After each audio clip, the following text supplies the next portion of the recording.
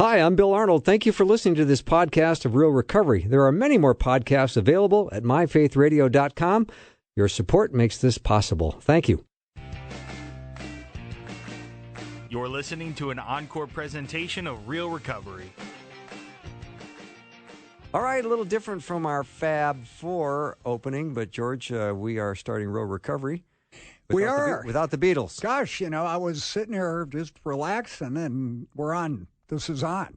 I'm used to hearing Help. Yeah, I am too. And that's such a great song. Help, I Need Somebody. It's the best. I need someone, not just anybody. Not just anybody. And I need someone. Help. Yeah. Yeah, there we go. That's step one. That is step one. And Real Recovery is a show about... you'd think in 11 years I could learn to talk.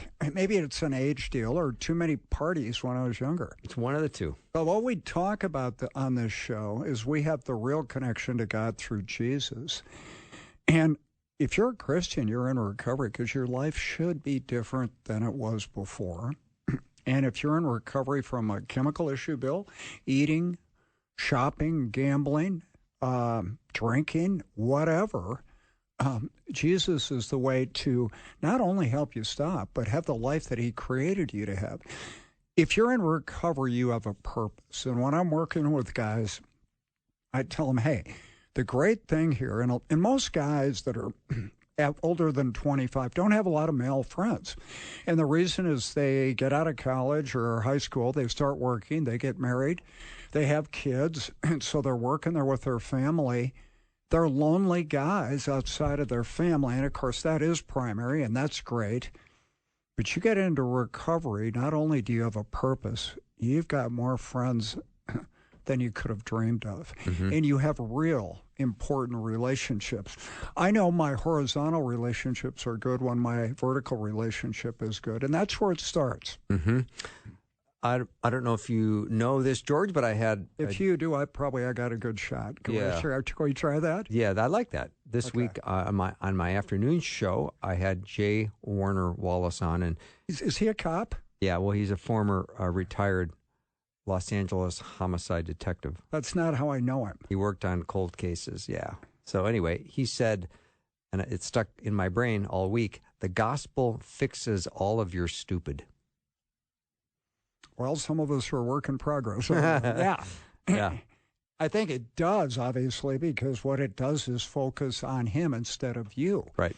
I think a lot of the problems I get into, is I'm going to fix myself. I know what I need. I know what I need to do. The fact that I'm in recovery is evidence of the fact I don't know what I need. He does. And when I go to him and pray about things, he'll bring people into my life that help me. I was working with a guy a couple months ago who is just got out of a rehab center. I've known this guy for a while. He went back, and this guy was telling me that one of the changes he made is he started getting up earlier in the morning to do his quiet time. Well, I had cancer about 6 years ago, and I used to be a 4:30 in the morning guy. Like I know you're early riser. Getting up or going to bed? Getting up. Okay. Yeah. Back in college, I had to clarify. It's the other way. Yeah. Yeah. But I found that when I get up and do that, we're in charge of doing what I think I should do. I go to God first, and it convicted me. Here I am trying to help him. And so I started getting up a little earlier. Mm-hmm. And you know what? It's made a huge difference. In those little things, here I am trying to help him, and God spoke to me through this guy. And, you've been a guy that's happened with. You gave me those tapes by Tim Keller when you were a volunteer at the treatment center I was the director at. And you go, why don't you ever talk about holiness? And I probably said this twice in my life, I don't know. And you said, would you be willing to listen to this? Well, what do I have, 200 of those things? Yeah. And it really changed my life. Good. And the gospel does. Well, yeah, and you're always talking about godly appointments, that if God is sovereign, everybody you meet, there's a reason. And you got me looking at that. Cool. But where I'm going with this, if we look at step 12, Bill, where we've had the spiritual awakening as the result the result of these steps, we carry the message to others, and we practice these principles in all our affairs. Where I see most guys mess up, Bill, after they get sober, is they go into what they call a maintenance mode. There is no such thing. You're either going forward or you're going backwards. And you got to work at this. I heard Dr. David Jeremiah on this station talking about, he talks to his body, and I thought, wow, I got somebody else that's a little off on the station besides me. But what he said is, body, we're getting up. I know you don't want to, but we're getting up, and we're going to do our quiet time, and we're going to work out, and then we're going to work. And that really helps me. All these affairs, Bill, you take it into work, you take it to your family, you take it to the golf course, be a witness, because you never know who's watching you and what they see. And I know you used to go sit in a coffee shop reading your Bible, and people would come up to you and talk about God and your problems. You know, you're always thinking about ways to carry that. And you do that better than anybody I've met. And I know this is wrecking the program for you because we're actually being nice to each other. But it's throwing things off a little. There is an amount of effort in this. You don't have it. You haven't arrived. And so today, if you're listening and maybe you're plateauing in your walk with the Lord and your recovery, maybe you need to add something to it. And what I always look at is, where could I be of service? It's not the thing I want to do, but it's one of those that even though the effort is something I don't want to do, the outcome more than makes up for the effort. George, we have about 3 minutes left. I'd love for you to talk. 3 minutes to kill? No. 3 minutes of solid content. Oh, sorry. Yeah, that's all right. Talk about this idea of hitting bottom and how people can clearly hit bottom, but they don't count it as bottom, and they continue to move on from there. How do we get an addict's attention? Well, I think there's kind of an all-or-nothing mentality with us that things have to get really bad before I'm going to change. And if you step back from that and go, okay, things are bad right now, or you wouldn't be thinking about this, right? But I think the only way you change is if the Holy Spirit convicts you, even if you don't believe in God. I don't think anybody ever gets sober without God using the Holy Spirit to convict them. Not only is this wrong, but there's a better way. And I don't know how that works. The economy of God is way above my pay grade, but they don't give credit to God. And I don't think, if God doesn't intervene, double negative there, there's no way you change. People go, I hit bottom because, I did this. Well, why didn't you do that 5 years before, Mr. I'm in charge? Yeah, good point. Okay? Yeah. And so a lot of people hit bottom when they die. We had Glenn Pickering on here, Dr. Glenn Pickering, one of our favorites on Real Recovery. He goes, you can change any time you want to. And if you're out there struggling with drinking in and out, circling the drain of recovery like I did for 7 years, the reason you don't have is because you don't ask. It's in the book of James. Pray to God for the desire to quit. You need a heart change. You need to become a whole new creation. If any man be in Christ, he's a new creation. Because what you do is drink and party. Okay? You're not going to stop that. That's your identity, your fun, your go-to. You need an outside agency, God, to change that. Yeah. Boy, I got a street preacher tonight. We're going to have an offering in a minute. Well, you might notice I didn't bring my wallet. You never do. I never do. I didn't know. You don't have a wallet. Why but would you I told ever me do that? when I got a new one, which one to buy, which was really interesting. I did buy you a wallet, I think. Yeah, I still have it. Yeah, as long as you keep the credit cards in it, and always treat when we go out. That's my only request. All right, we have a good story tonight. Our guest, Honey, is going to be joining us and telling us her journey and her recovery through the power of the Holy Spirit.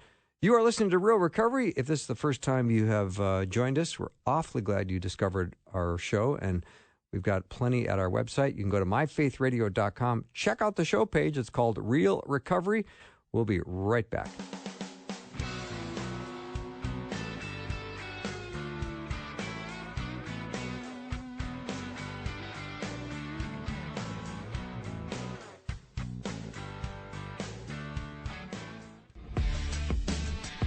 You're listening to an encore presentation of Real Recovery. All right, we are back. Real Recovery, Bill and George. So glad that you joined us. We're very much looking forward to hearing an incredible story tonight from our guest, Honey, who's here with us in studio.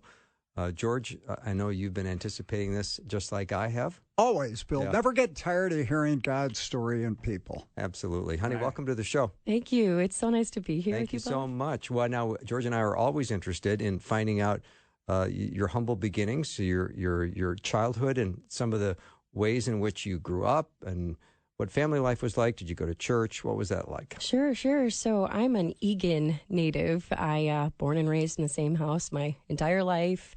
Now, Eagan is a suburb in Minnesota, just for our Yes. listeners. Just Yeah. so, yeah. Twin City, yeah, a smaller suburb of Okay. the Twin Cities. All right. And so I grew up going to church every Sunday. I was very active in my church. I was raised Catholic, baptized, got my first communion, confirmation, all those fun milestones in the faith walk. And school was great for me growing up. I had a lot of friends. I had a very well-rounded childhood. I had two parents who were just so supportive, loving, kind, and there for me, and three amazing brothers who were the same, just always so supportive. So very well-rounded childhood.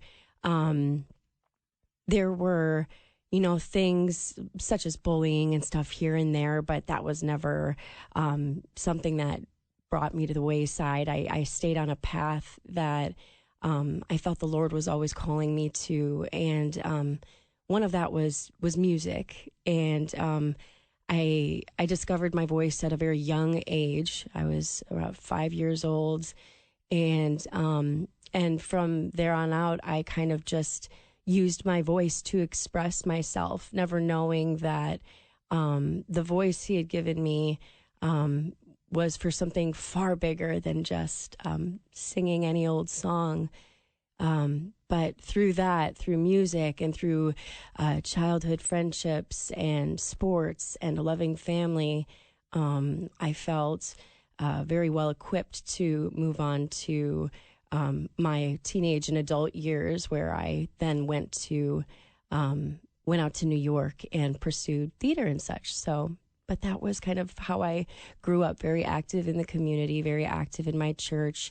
I can remember as far back as going to Billy Graham events. I think they had it at the Metrodome back They did? when I was Yeah. Yes. Michael Card. Yeah. Wow, So, yeah. yeah. And seeing those worship sets in between his, when he would speak, it just was so moving, and at such a young age. And I never quite knew what it was that was hitting. I mean, I knew the Lord was very present, but not to the extent I do now, obviously, as life is exposed so much of His truths to me. But yeah. I love that. So did you sing in choirs in high school theater? I did. You did it all, didn't you? Yeah. So I mean, I was in, to be honest, I grew up doing competitions, talent shows, contests. I was in regional theater. I did as many high school shows and middle school shows as I possibly could. And even through that, I met just such a wide, diverse group of people, and was constantly, going from group to group to group, kind of just experiencing the fullness of what each of those people had to offer through those communities, So that was really fulfilling. And I also felt like I had a purpose. I felt like I was set in the place I was supposed to be in, with the people I was, and in the role that I was playing, whether that was, the lead in a show, or a chorus member, or the one taking third or first place, So everything kind of served its purpose and fulfilled me as a child and a teenager. Yeah. George, I can't anticipate at this point any downside coming our way. No. I can't. So far, I can't see anything that looks like downside. Unless you wanted to make things a little better, or you got into a new crowd that you wanted to fit into. Yeah, that's all a possibility, isn't it? Yeah. Yeah. So now you've had a wonderful high school experience. You've made good friends, and you had lots of opportunities to use your gift that God gave you, this voice of yours. And now you are thinking about how to take it to the next level. Yeah. Right? So Yeah. what happened? Where'd you go? So I ended up graduating, and I went to NYU, New York University, the Tisch School of the Arts program. And I was in conservatory with 30 other students, and that was a 4-year intensive. I ended up graduating in 3 years. I stayed 2 summers to ride it out and graduate early so I could start pursuing the roles that I was just aching to play and be a part of. So I graduated from NYU.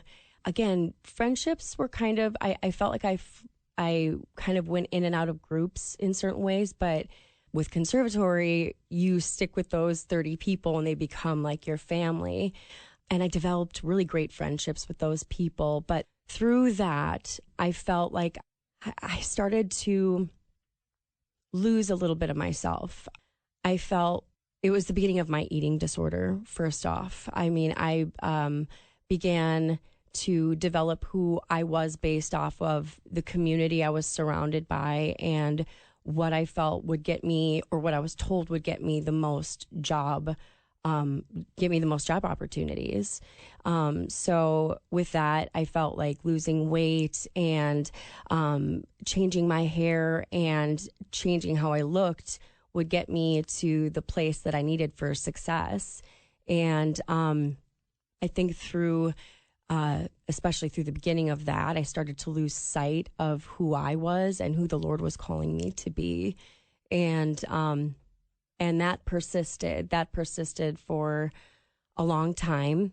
And I think that was the beginning of what addiction was for me ultimately.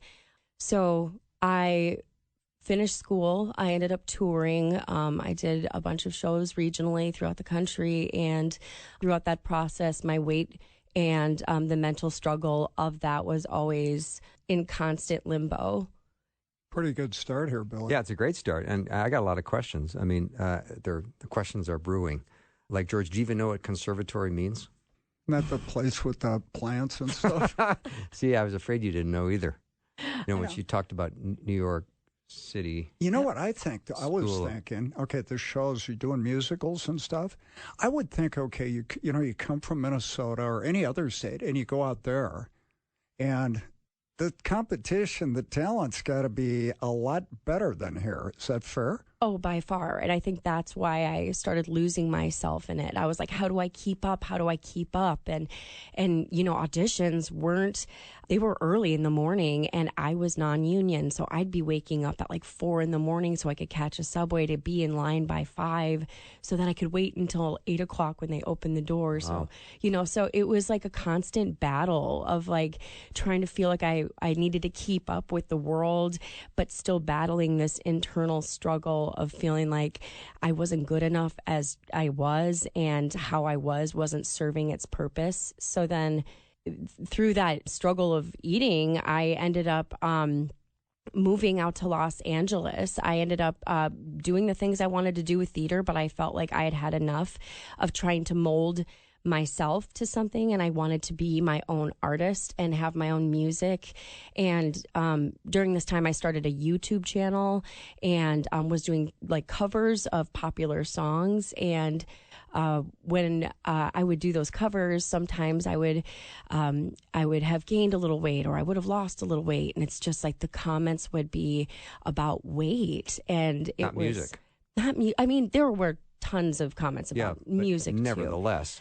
But the ones about the weight would stick with me Sure. because it felt like here I am not being enough, and I'm giving like all that I can give, but it's just I don't feel.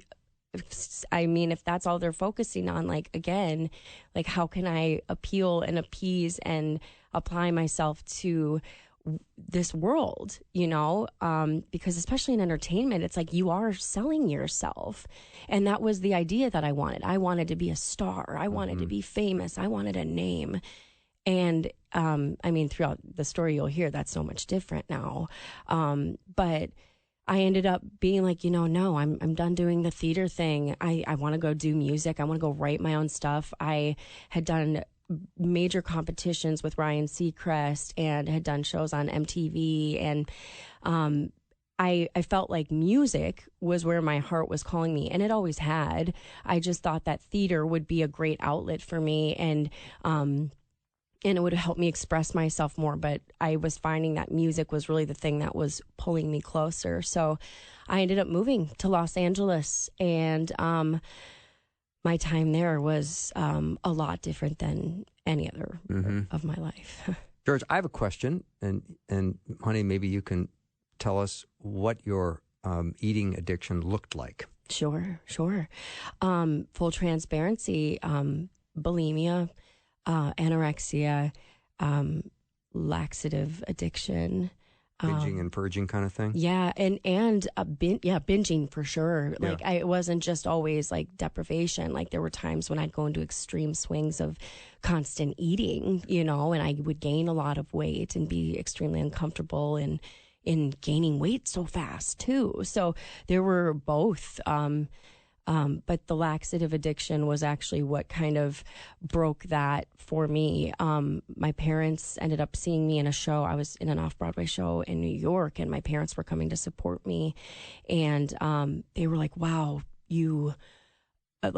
obviously you're beautiful and we love you, but you do not look healthy. This doesn't look like you. And it was in the thick of all of that. I was suffering through a laxative addiction, bulimia, and anorexia. And then when I ended up going to Los Angeles, then I ended up seeking help, and I saw a therapist about it. And, it's something that you'll live with forever. Your brain, you try to rewire through the grace of God and release of shame and guilt. Like, you're able to develop new patterns and new routines in life, even if that means like your thought process. And I feel like my parents' support through that, and therapy, and obviously the love of God, which is, number one, helped get me right back on track, with how I needed to be with my health in eating, that is.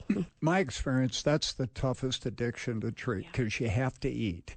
So, like, I don't have to do cocaine 3 times a day. That would not be a good program, okay? And alcoholics, too. I think unless you're a priest, that might be very difficult, and I'm sure it is. But that's it. And you talked about something about the thoughts. My friend Denny always tells me, just because you think it doesn't mean you have to do it, George. And over the years, I've been able to break that pattern. Mm-hmm. And that is a process, but it's ongoing. And I think the gift, the thorn in your flesh, is you have to stay tight with Jesus, walking, every day, all the time, or you mess up, because it's bigger than you are. It is. And it's just so easy. There's so many things always in the way that we could, that are fogging the way to the Lord. But when we push that aside and the way is cleared, like life is more clear. Life is more doable, All right, we're going to take a little break. You're listening to Real Recovery, and we're awfully glad you are. We're going to be back with our guest, Honey, who is here with us in studio in just a minute. Oh, that's A-okay.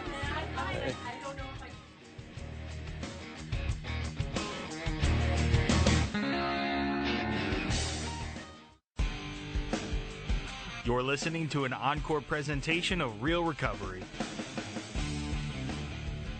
Welcome back to the show. So glad tonight to be talking to Honey. She's got quite a story. George, from what I can tell, the upbringing was she was thriving as a young person in a very supportive family. She had talent. She was able to express herself musically throughout all of high school. She had friends. She went to church. I'd say things are going pretty good. And then you go into New York, and you're starting to gravitate towards Los Angeles, and you're starting to realize that there's a lot of competition, and she felt like if she didn't fit the mold, there might be fewer opportunities, so she wanted to just dive into her music. So that's where we last left off, if you just joined us. So, Honey, what happened from there? So now you're in L.A., are you looking for community and friends? Oh, yeah, definitely. I mean, I'm a very social person, and I think growing up in the entertainment industry, I feel like there was always that feeling of support, like you have a cast or you have, the friends that you're in dance with or whatever you're studying, working on, you just build this community. So after finishing up the show that I was in New York, after everything had happened with, my parents and seeing how I was with my eating, I was really craving community. That had ended, and now I was like in the brink of an eating disorder while seeking therapy and going there. But I needed something different. I wanted to like live life. I was a good kid all my life growing up. I got straight A's. I excelled in what I set my mind and heart to, and I ended up just feeling like I needed to go have some fun. I didn't drink, much during college. I wasn't like a drinker. I didn't go out and party, nothing like that. I was in bed early every night. I was doing what I needed to do. So by the time I got to LA, I felt like I was in a whole different mindset. I was like, I'm ready to go. I'm ready to have friends. I'm ready to experience life. I'm ready to get out and perform and sing my music and make a name for myself. And in order to do that, I need to get out in the community. And rub elbows, huh? Oh, yeah. Go to parties. Oh, yeah. Go to places where there's going to be networking. Yeah. And I bet that involved social adult beverages. Oh, many of those. Okay. Yep. Shocked, Bill. Totally shocked. You're shocked. Yeah. Well, you go out and you like surprised. it, don't you? It's fun. Well, yeah. I mean, for me, it allowed me to numb and not feel like I had to be the good person that I had always been. I felt like I could throw the rule book out and I could be like, I'm intoxicated, so there's an excuse for how I was last night, or things would happen and I'd blame it on the alcohol. And it's like, that started going like to an extreme. Like I'd find myself not just out on weekends anymore. I found myself, ending an 11-year relationship, that had ended, because my drinking got so bad. I ended up, waking up on the street, not knowing how I'd gotten there. I had fallen asleep in vestibules on Hollywood Boulevard. I'd woken up in hospital rooms, ripping IVs out of my body and realizing that I had been in detox, not even knowing how I had gotten there. And I was scared of it all. And I would run. They used to call me, like, my friends or the group of people I was hanging out with used to call me the flight or fight girl. And it was either I was fighting or I was running, and people never knew why I'd run. And I didn't always either, but apparently I always felt like I was in some sort of danger. And a lot of the time I was in danger. And, the drinking had got me into some circumstances that just were absolutely unfortunate. But, you learn through those and you grow, and you try to do the best with life that you can. But ultimately, the drinking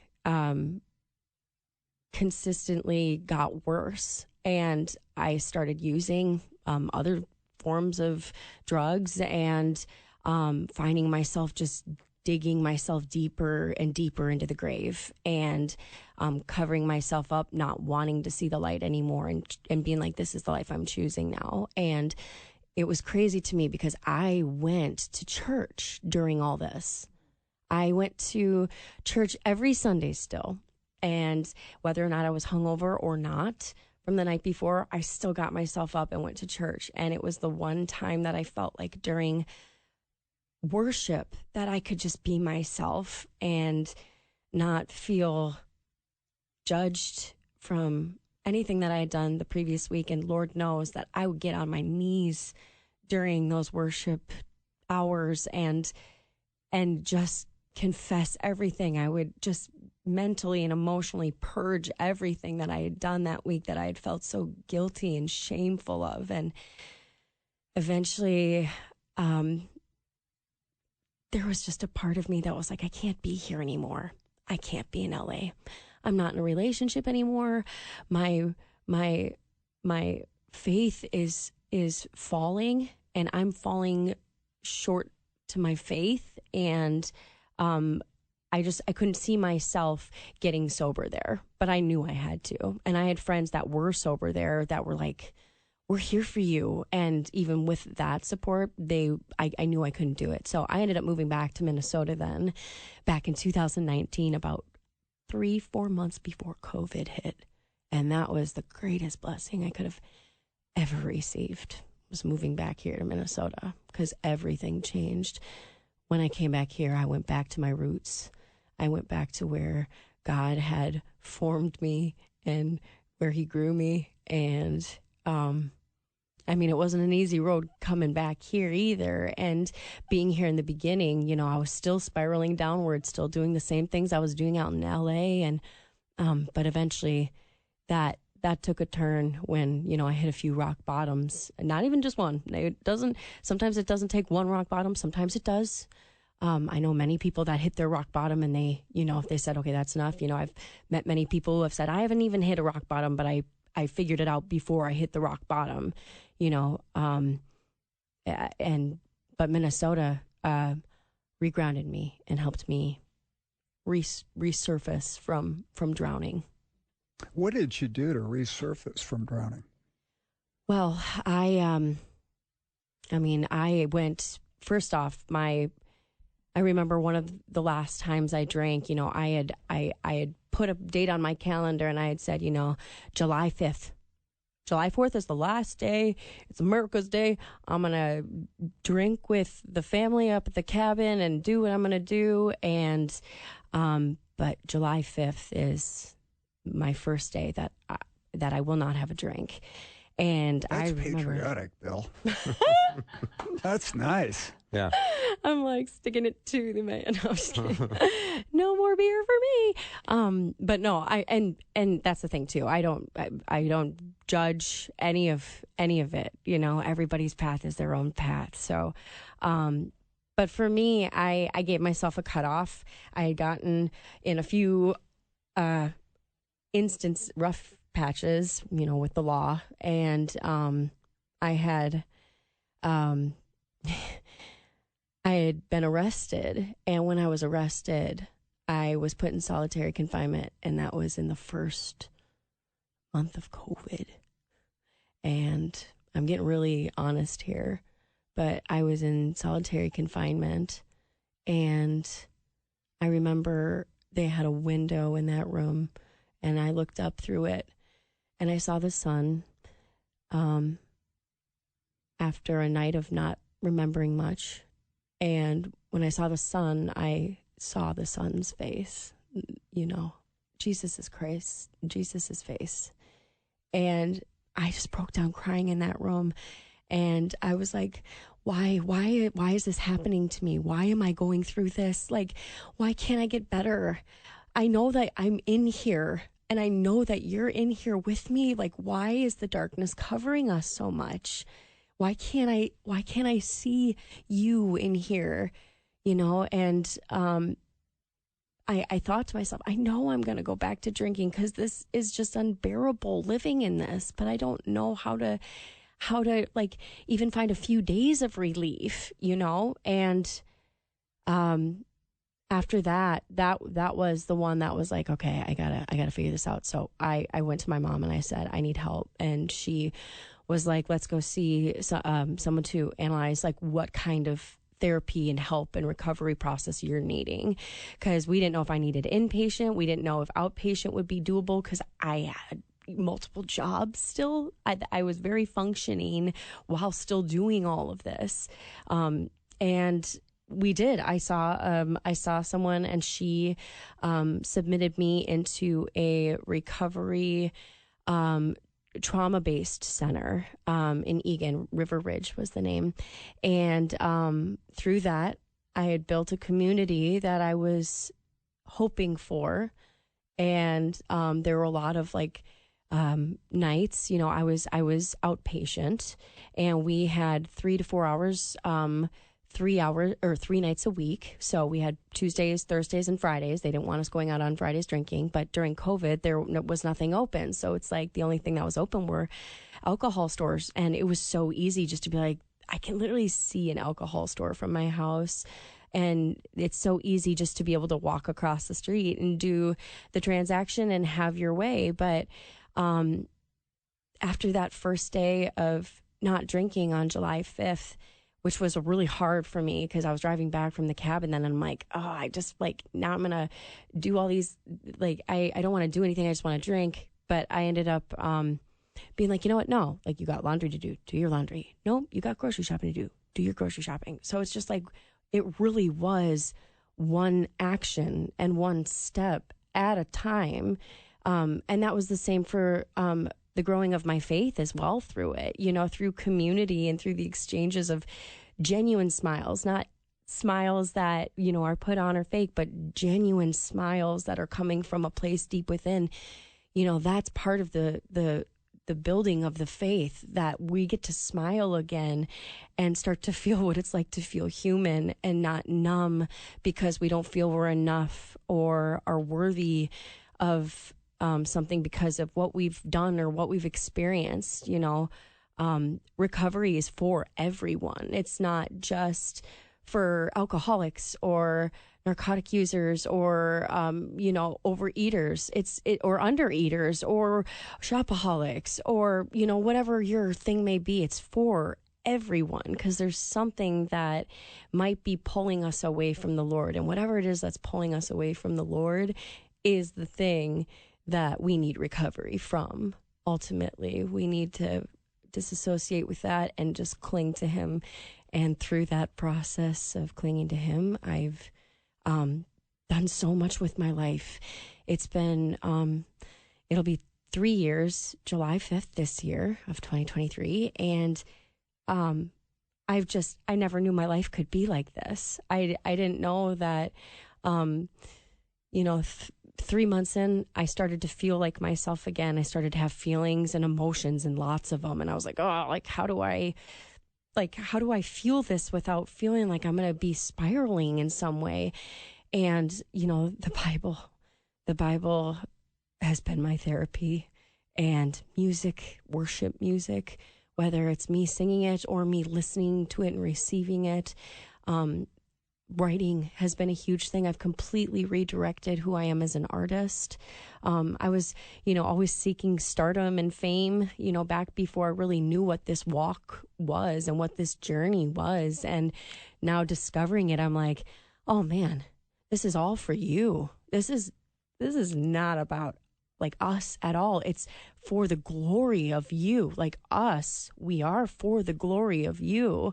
So every opportunity that we get to show you in our pursuit of life, like you are great. You are happy with that. And to please the Creator, I mean, what could be greater than that? And that's, you know, my life now, worship music. It's not, you know, the pop music or this or that. You know, my story now of music takes people through my recovery journey so that anybody else who's going through that and feeling the things they're feeling can sink into some of these songs and feel like, oh, that's what I feel too, you know?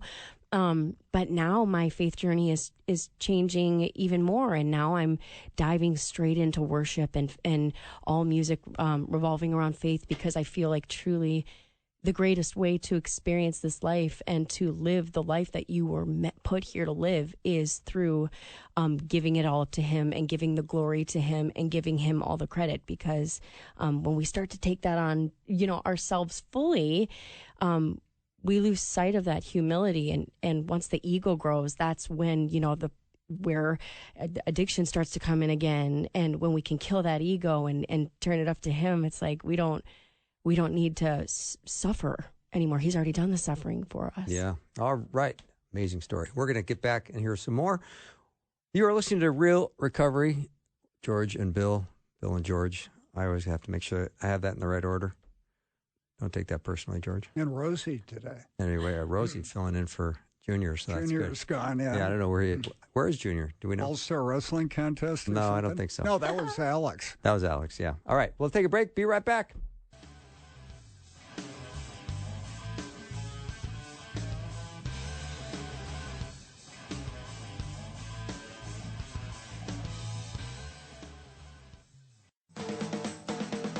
You're listening to an encore presentation of Real Recovery. Welcome back to Real Recovery. So glad you are joining us tonight. If you missed any of it, I bet you're going to want to go and hear this story from the beginning. You can learn that at myfaithradio.com. That's the place to go.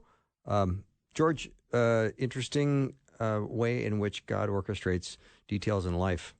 Yeah, we talk a lot on this show that the greatest evangelical tool in this country, and we're being patriotic here with the July 5th dry date, is the Department of Corrections. Because when the door of the jail cell shuts on you, that's a moment of mental clarity, and you are beaten into a state of reasonableness. Mm-hmm. And good things happen sometimes. Yeah. So you went through a treatment program. It was outpatient, and you got on the other side of it one day at a time.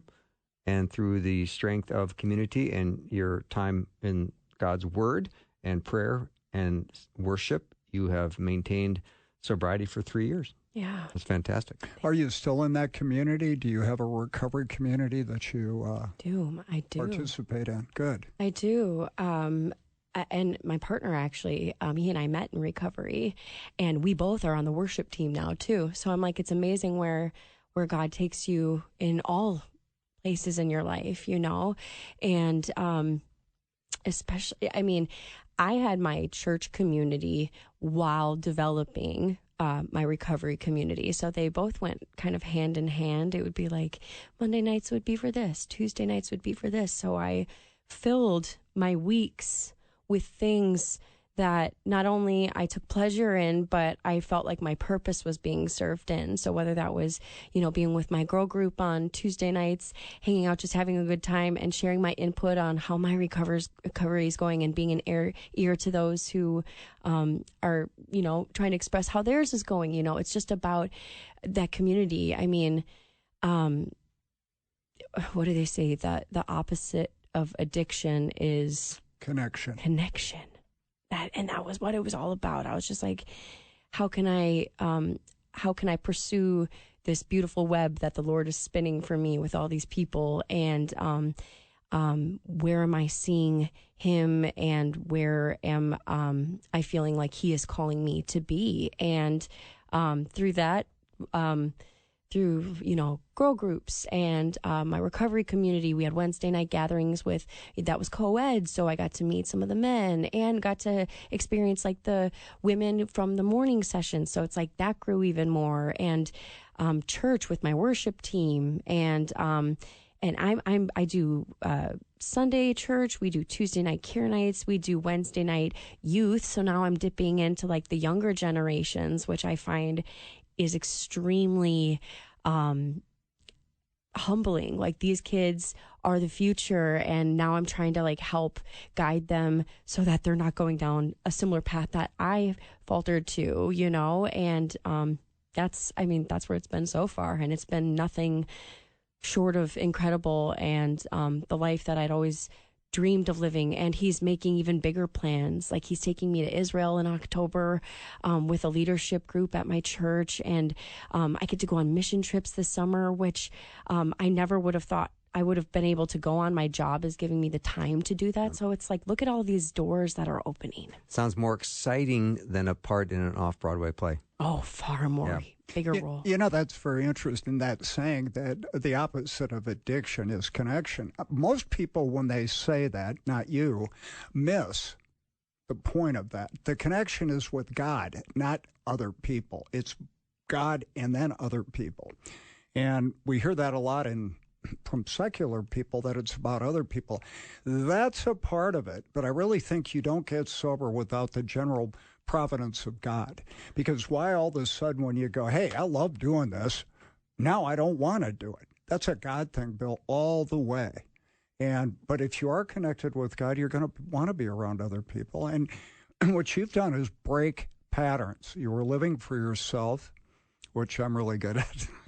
And now you're spending a lot of time working with others, worshiping God, helping other people. Good for you. Thank you. Good for you. Well, and when I say other people, like I see God in other people. Like when someone genuinely is smiling, like I see the works of God in that person. So I feel like through that connection, that's the connection that's already happening. And absolutely, I mean, it's always, we're working on this thing right now where it's up, in, and out, with the community. And it's always about up first, to Him, and then going inward with yourself so that you can spread it out to the community. And I found a lot of comfort in that roadmap that's very clearly laid out for me. Mm-hmm.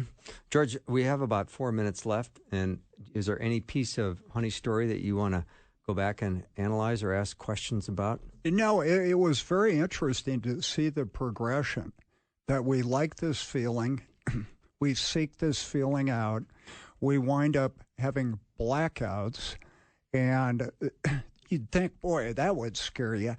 No, you just got to dial down a little harder, and that's not going to happen again. I can control this. But what's really interesting to me is setting a date and keeping it. Most of us made New Year's resolutions. Well, I'll quit January 1st. I've been around the recovery rooms for over 40 years. I know one person whose dry date is January 1st. Really? Okay? And really what that usually does is enable you to keep drinking. Well, I'm going to quit then, so it's okay for me to use now. Well, she didn't do that. And what's really interesting for me is that as bad as it got, she knew she had to do something different, and she did it. We're really good starters. We're not good finishers. And what you did is you completely changed it. Now, we say on this program, Honey, all the time, God doesn't save us from our sins without having a job for us to do. And that's the best part of recovery, isn't it? Yeah, it sure is. It feels good to have a purpose. It feels good to serve Him, because I feel like, again, when you're serving God, you're not serving, like, you're not worrying about yourself, and it's the pressure's taken off. So then suddenly when the pressure's taken off, it's like, you're not having to rely on something else. And but He's a good God. I see, Honey, as I listen to your story, that you were striving for success, and the success striving was taking you down a horribly dark road. Yes. And now you're living in a place where you're striving for significance for His glory and to share the love of Christ that you have. And I love the work you're doing with younger people, because they're all facing things like fitting in, being the prettiest and the thinnest and everything else. So they're aware of what they see on social media as the pressure to look a certain way and act a certain way, and to have a strong voice like yours to come alongside them and love them where they're at is really important. That's why you're here.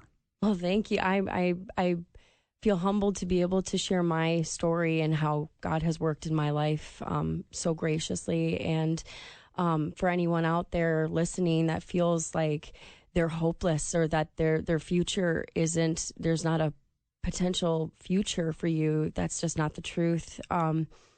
Just seek His face, seek His truth, seek His love, and trust me, it'll all start to fall into place. All right, Honey, thank you so much for being on Real Recovery. Hey, I don't know if you've downloaded the Faith Radio app. Go to your app store and check it out. I have to say, it's a beautiful app. I've got mine on my iPhone, and when you download it, you just can't believe how pretty it is. And you open it up, and it's very easy to navigate your way through it. And you can listen to Faith Radio live, or you can just check out the podcast. It doesn't matter where you go. You can download if you've got that Faith Radio app. So give it a try. And if you don't like it, it's easy just to delete it off your phone, but I'm pretty sure you'll keep it. That's all the time we have, Georgie boy. Thank you. Another award-winning episode of Real Recovery. Say goodnight. Good night. Good night. We'll see you next week.